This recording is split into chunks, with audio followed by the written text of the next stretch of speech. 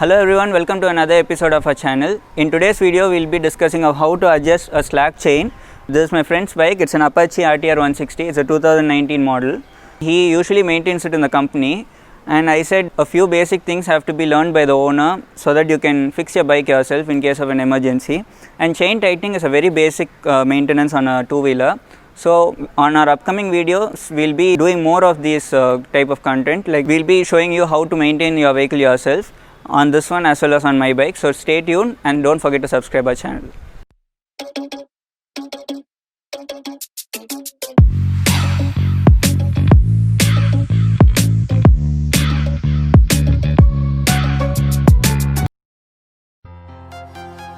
Your chain gets loosened mainly because of three reasons. The first reason, stretching of your chain.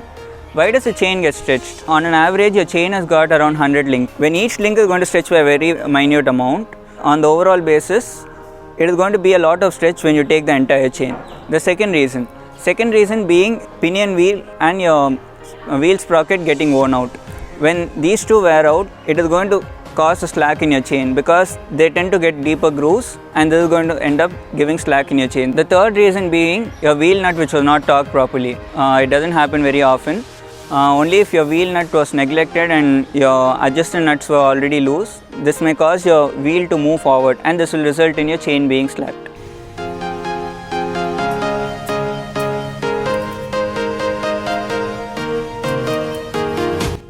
Insert a screwdriver or a thin rod in the hole provided on the axle left hand side.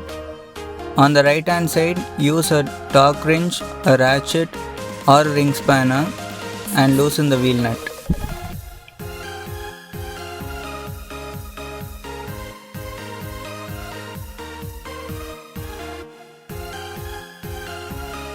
Now look at the scale on both sides and tighten the adjuster nut by half thread.